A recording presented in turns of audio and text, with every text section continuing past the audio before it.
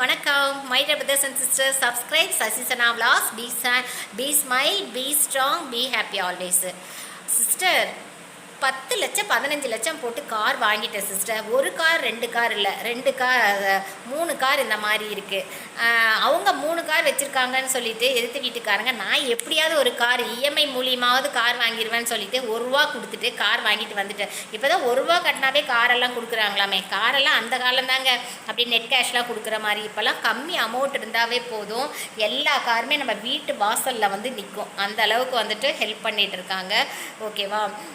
Okay sister, விதவிதமாக cars எல்லாம் வச்சுருக்கேன். பட் இருந்தாலும் அதுக்கு தீனி போட என்னால் முடியல சிஸ்டர்.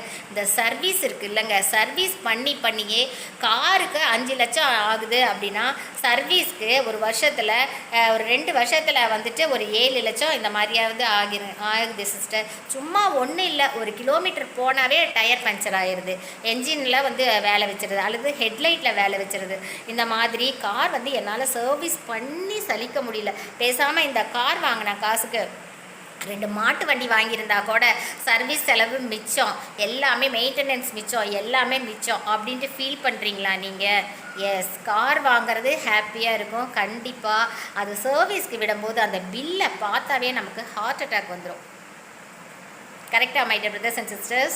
எங்கள் அப்பாலாம் பார்த்தீங்களா எல்லாமே கார் வச்சுருந்தாங்க. அப்பா சித்தப்பா எல்லாமே அம்பாசடர் கார் வச்சுருந்தாங்கங்க. நாங்கள் 1 லாரிக்கு 2 லாரி எங்கள் அப்பா வச்சுருந்தாரு, எங்கள் சித்தப்பா 1 லாரி வச்சுருந்தாங்க. அப்படின்னா மெயின்டெனன்ஸ்க்கு அவங்களுக்குலாம் எவ்வளோ செலவாயிருக்கும்.